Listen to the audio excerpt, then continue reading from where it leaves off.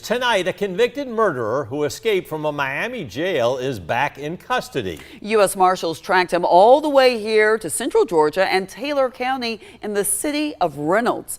Hunter King shows us how a city council member is now part of the investigation.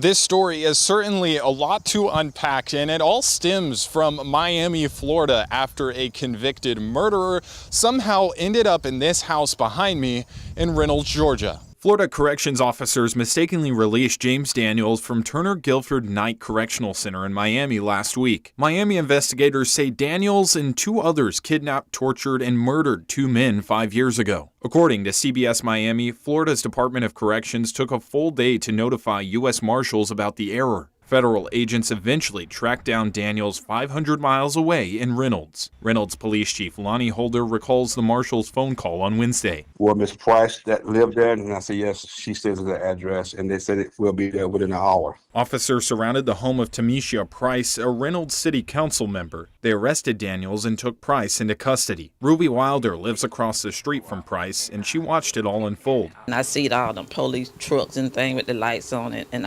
told my brother, I said, something going on.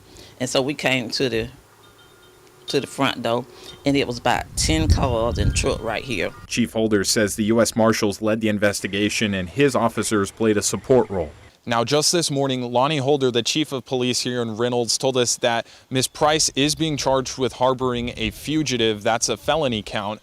But when we arrived here, Ms. Price was in her home. She did not want to talk to us, but she is out of jail. It's unclear if those charges will still stand or if they'll be dropped. Reporting in Reynolds, Georgia, Hunter King, 13 WMAZ News.